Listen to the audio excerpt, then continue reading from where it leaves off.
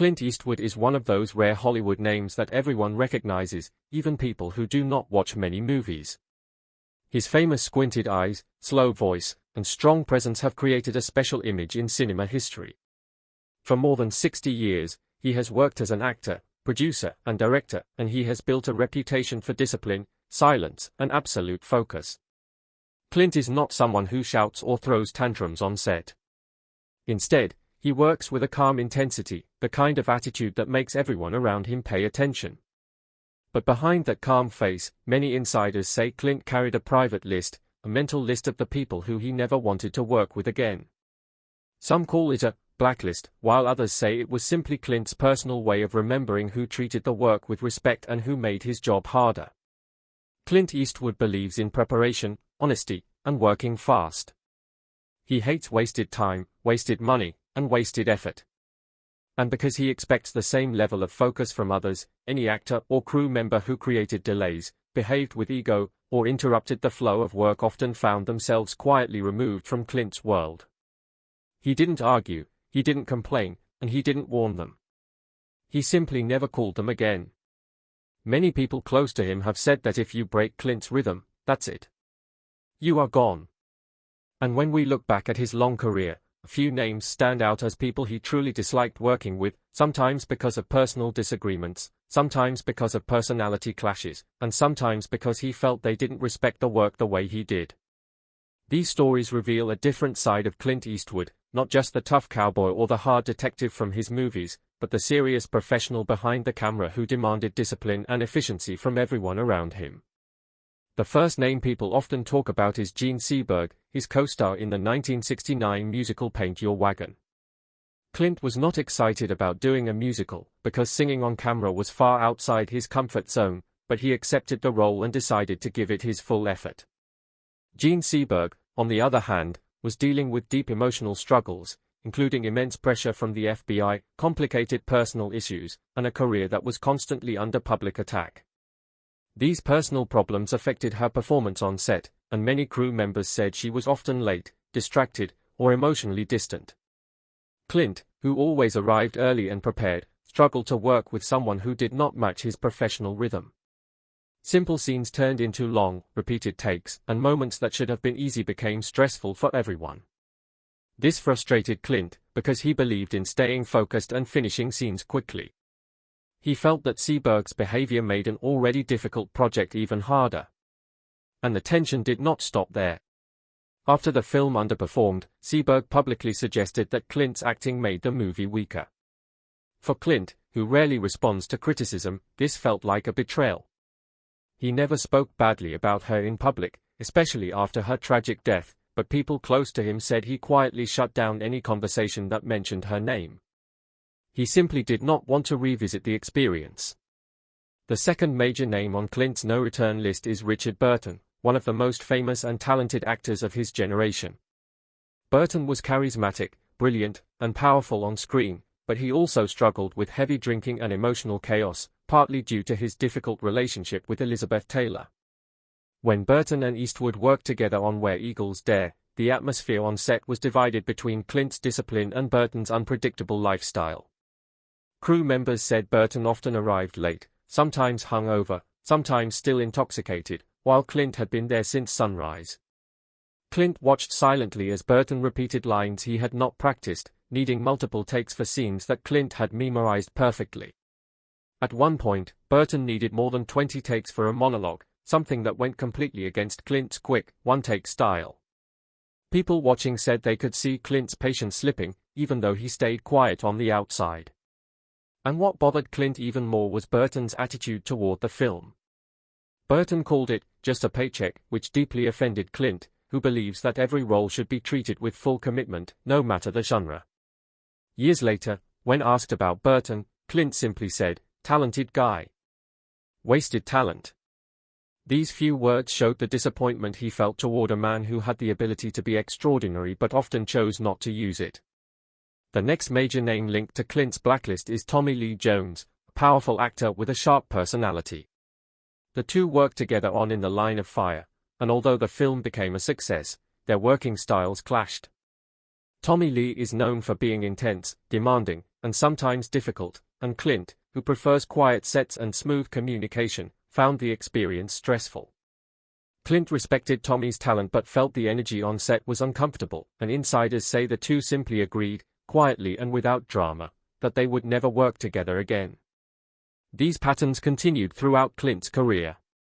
He liked people who were simple, respectful, calm, and prepared. He disliked people who were messy, unprepared, or disrespectful toward the craft. Clint did not hate people in the emotional sense, but he strongly disliked working with anyone who made the process harder. His dislike came from how they behaved on set, not from who they were as people. And because Clint rarely explained himself, many actors did not even know they were on his list. They just never received another call. These stories show that Clint Eastwood's world operates on a simple rule: respect the work or get out of the way. And for the people who broke that rule, Clint closed the door quietly, permanently, and without apology.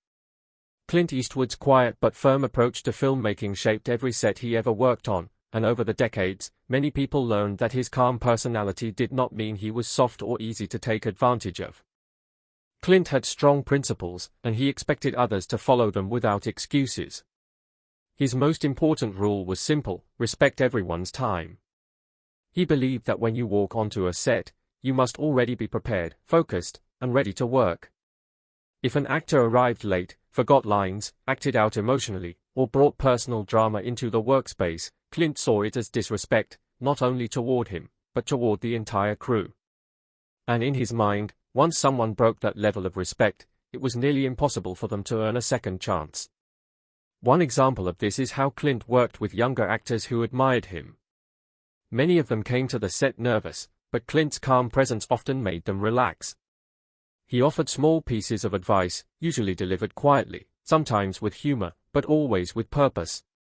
If an actor listened and improved, Clint treated them with kindness. If an actor ignored the advice and kept making mistakes, Clint simply stopped trying to help. His silence was his message. Over time, people around him learned to read his behavior like a book. When he stayed close, he respected you. When he kept his distance, something had gone wrong. Another reason Clint kept a personal blacklist was that he believed filmmaking should be a comfortable and respectful environment. He hated shouting, arguing, and dramatic confrontations. He ran his sets like peaceful workspaces, not like chaotic battlefields. Many other directors yell, demand retakes, or push actors aggressively. Clint did the opposite. He spoke softly, rarely raised his voice, and gave clear instructions. Because he treated everyone with respect, he expected the same in return. And when someone behaved rudely, acted superior, or disrespected crew members, Clint took note of it. Even if the actor apologized later, Clint remembered. He believed that true character shows in stressful moments, and if someone behaved badly once, they might do it again. In his view, a peaceful set required the right group of people, and he had no problem removing anyone who disturbed that peace.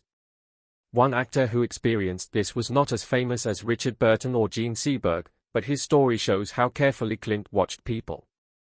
During one film in the 1980s, a young actor kept trying to impress Clint by overacting, shouting during scenes, and doing unnecessary movements that made the camera work harder. Clint quietly asked him to keep things simple and natural, but the actor continued to exaggerate. On the third day, Clint walked up to the assistant director and asked for the actor to be replaced. There was no argument, no anger. The next morning, the role was given to someone else. Later, when the young actor asked what he had done wrong, Clint said only, "You weren't listening." That one sentence became a legendary story among crew members. Another important story about Clint's difficult working relationships involves the tension he felt with actors who challenged him in ways he considered unnecessary. Clint believed that every film should have a clear vision. If the script was written, the direction was set, and rehearsals were done, then there was no reason to change things at the last minute unless something was truly broken. He disliked actors who tried to rewrite scenes on the spot, argue about character motivation during shooting, or push for artistic changes in the middle of production. He felt that kind of behavior slowed everything down. Some actors believed Clint's style was too fast, but Clint argued that it made performances more natural. He often said that the first take was closest to real life, before actors started overthinking. Because of this belief, he disliked doing scenes over and over again. If someone made him redo a scene too many times, he felt frustrated because he believed the energy and honesty of the moment were being lost. This is one reason the conflict with Richard Burton was so memorable for Clint. Burton's repeated mistakes were not just time-consuming, they went against Clint's entire philosophy of authentic, natural acting. Clint respected talent, but he respected discipline even more. On the other hand, Clint had very strong relationships with actors who worked the way he preferred. For example, Morgan Freeman, Hilary Swank, Gene Hackman, and Bradley Cooper were all praised by Clint for their professionalism. They arrived on time, listened carefully, and trusted Clint's direction. They did not argue, they did not bring their personal problems onto the set, and they did not create drama. Clint rewarded these people by working with them multiple times. Some actors even said working with Clint was the easiest and most relaxing experience they ever had. They felt safe because Clint trusted them, and Clint trusted them because they respected the process. Clint's working style also connected deeply with his own past. Before he became an actor, he held several physically demanding jobs, including working as a lifeguard, factory worker, and soldier.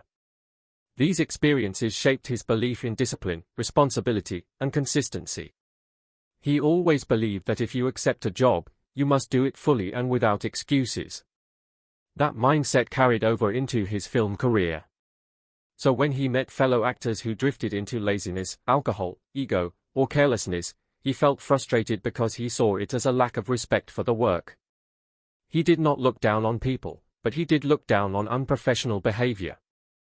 Clint's dislike toward certain actors was never about personal hatred. Instead, it was about how they behaved on set and how they affected the energy of the entire team. Clint believed that one person's carelessness could ruin the work of 100 people, and in films with tight schedules and expensive locations, time truly is money. This belief made him firm about removing anyone who caused delays.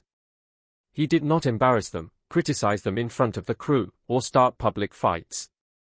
He simply made sure they were not invited back, which was his way of maintaining the quality of his films. His quiet strength made his blacklist more powerful because there was no drama, just silence. And the silence lasted for years. Actors who were once in his circle found themselves pushed out without an argument, without explanation. And when journalists asked Clint about these people later, he usually gave short answers, sometimes polite, sometimes cold, but always final. Inside Hollywood, people learned that Clint Eastwood's approval was a serious thing. If he liked you, you worked with him for years. If he didn't, you disappeared from his world. And this was not done out of cruelty but out of his commitment to the craft, to the art of filmmaking, and to his mission of creating sets that were peaceful, productive, and respectful. When we look even deeper into this topic, we begin to understand that many people today are struggling not because they are weak or because they do not want to try, but because the world around them has become incredibly loud, fast, and confusing. Every day, we wake up to a flood of messages, expectations, comparisons, and pressures that never seem to stop. People scroll through their phones and instantly see the lives of others, and even though most of what they see is not real or is carefully edited, their minds react as if it is all true. They start to feel behind, or not good enough, or like they are failing in some way. Even someone who is doing well may suddenly feel small or lost just because they saw someone else who seemed to have a better job, better house, better body, better relationship, or better life. This creates a quiet pain inside people, something they rarely talk about, but something that affects them every single day. And the strange part is that this pain does not come from their own life, but from the illusion created by others. As a result, many people begin to live in a constant state of mental noise. Their thoughts become too heavy, and simple decisions start to feel like battles. They are afraid to make mistakes because they believe everyone else is doing everything perfectly. They hesitate to take steps forward because they fear judgment. They avoid trying new things because they think failure will make them look weak. But the truth is that nobody is perfect, and nobody has everything figured out. Every person you admire, every person you think is strong, every person you think is successful has moments of fear, confusion, uncertainty, and doubt. They just don't show it. That is why understanding this topic is extremely important. When your mind becomes filled with noise from the outside world, you lose connection with your own strengths. You forget your own value. You start listening to the wrong voices, voices that tell you to rush, to compete, to compare. But the reality is that life becomes easier, calmer, and clearer when you learn to slow down and return to your own path. The goal is not to be the best in the world, the goal is to be the best version of yourself. And that can only happen when you stop letting outside noise control your thoughts.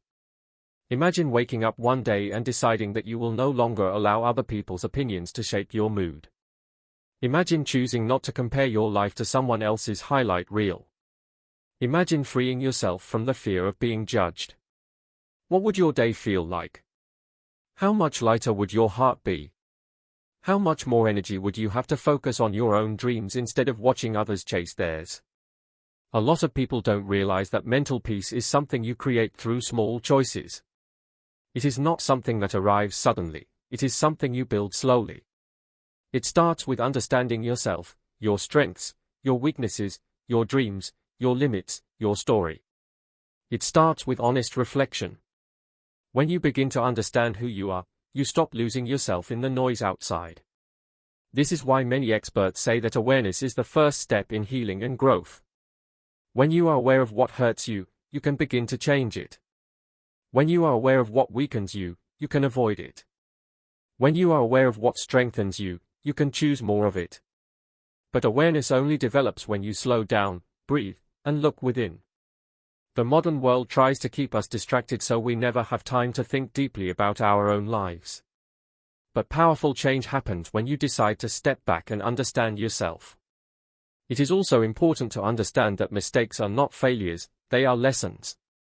Most people break down because they think making a mistake means something is wrong with them. But if you look at every strong person in history, you will notice that they made many mistakes. They faced setbacks. They experienced rejection. They failed more times than anyone around them. But they kept going. They continued improving. They continued learning. They did not allow mistakes to define them. What defines you is how you rise after you fall. What defines you is how you speak to yourself when life gets hard. What defines you is the courage you show when you feel like giving up.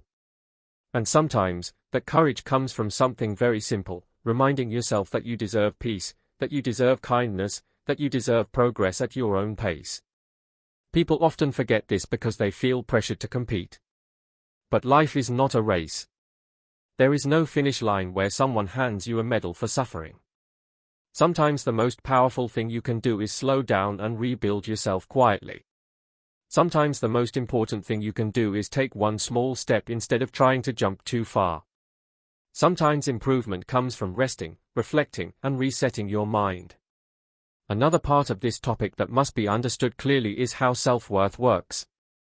Many people think their value comes from what others think, from what they achieve, or from what they own.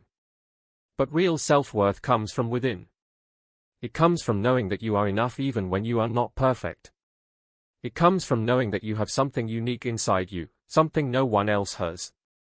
But to see that, you need to stop comparing yourself to others. You need to stop thinking that your journey should look like their journey. Everyone grows at a different pace. Some people bloom early, others bloom later. Some people find success quickly, others need more time. Some people find love easily, others go through long periods of loneliness before they meet the right person. Some people shine in their 20s, others shine in their 40s or 50s. There is no correct timeline. There is only your timeline, and it is valid. If you can understand this, your heart will feel lighter. Your mind will become clearer. Your confidence will grow. You will stop rushing. You will stop doubting yourself. You will begin to trust your journey. And when you trust your journey, you become stronger, calmer, and more focused.